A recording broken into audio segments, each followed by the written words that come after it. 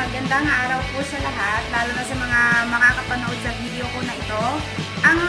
Ang gagawing topic ko po ngayon ay tungkol po sa kung paano po magkaroon ng account sa GCash or paano po siya i-register.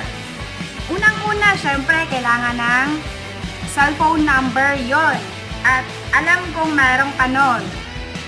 So, huwag kang mag-alala kung smart card, talk and text ka, saan yung number mo. Huwag kang mag-alala kasi sa GCash ngayon, pwede na kasi siya sa lahat ng network. So, ayun! Kung magre-register ka o gusto kang magkaroon ng account sa GCash, mas maganda po kung may referral link ka galing sa isang GCash account user na kaibigan or kakilala mo. Alam mo kung bakit? Kasi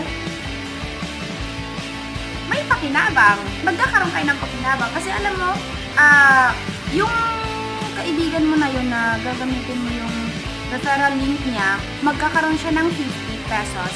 At saka, ganun din ikaw, magkakaroon ka rin ng 50 pesos. At yun ay papasok mismo sa GCash wallet or sa GCash balance mo pag pinasok na yun ng GCash.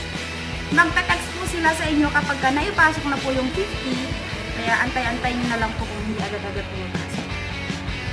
So, ayun po.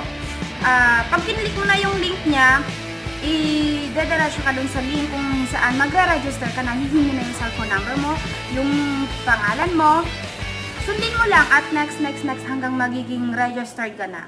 Pagkatapos mo ma-register, kung gusto mong magiging entitled ka sa lahat ng mga promos ni GCash at magagamit mo lahat ng kung anong meron sa GCash app na yan, mas maganda na ma-verify ka agad or fully verified agad yung account mo. Paano magiging fully verified? Kailangan mo lang siya ng valid ID or preferred kasi nila yung mga government IDs. So kahit alin doon, kasi kukunan ka nun ng picture na hawak mo yung valid ID na yon, tapos na nakikita yung mukha mo. At i-verify, doon kanila i-verify. Kung papasok, dapat malinaw yun. Wag yung kung blurred or ano ha, para mas magiging mabilis at walang problema, magiging verified ka kaagad. So, ayun po. At marami ka